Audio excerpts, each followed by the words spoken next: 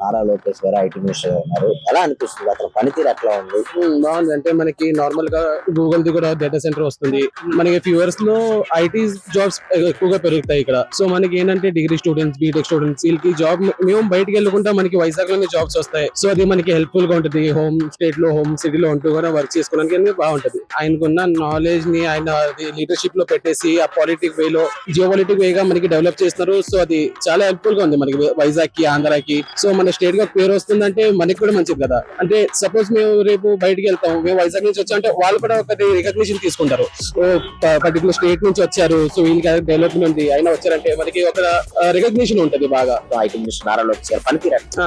చాలా బెటర్ గా ఉంది. నాకైతే చాలా బెటర్ గా అనిపిస్తుంది. లాస్ట్ టైం కన్నా ఇది బెటర్ గా ఉంది. అంటే నాకేంటంటే సో లాస్ట్ టైం కన్నా నేను చూసిన 2 years లో ఇది ఇప్పుడు చాలా ఇంప్రూవ్మెంట్ గా ఉంది, చాలా బెటర్ గా ఉంది వైజాగ్. ముఖ్యంగా చూసినట్లయితే ఒక ట్విట్టర్ లో కూడా ఒక మెసేజ్ ఏదైనా మన కంప్లైంట్ ఏమైనా పెడితే వెంటనే నారా లోకేష్ గారు స్పందిస్తున్నారు. దీని మీద అది రెస్పాన్స్ అంటే పబ్లిక్ రెస్పాన్స్ ఇవ్వడం, పబ్లిక్ లో ట్రాన్స్పరెన్సీ ఉండడం, ఇది చాలా బెటర్. అంటే మేము ఏదైనా ప్రాబ్లమ్ చెప్పి వాళ్ళు ఈజీగా షేర్ చేసుకోవడం, అంటే మేము ఏదైనా చెప్తే వెంటనే అది సాల్వ్ అయిపోవడం అనేది మంచిది. ప్రజలకైనా, స్టూడెంట్స్ కన్నా అది హెల్ప్ఫుల్ గా ఉంటది. మనకి అంటే భయం ఉండదు. మేము ప్రాబ్లమ్ చెప్తే మనకి ప్రాబ్లం అవుతుందని భయం లేకుండా మా ప్రాబ్లమ్స్ క్లియర్ చెప్పలేదు.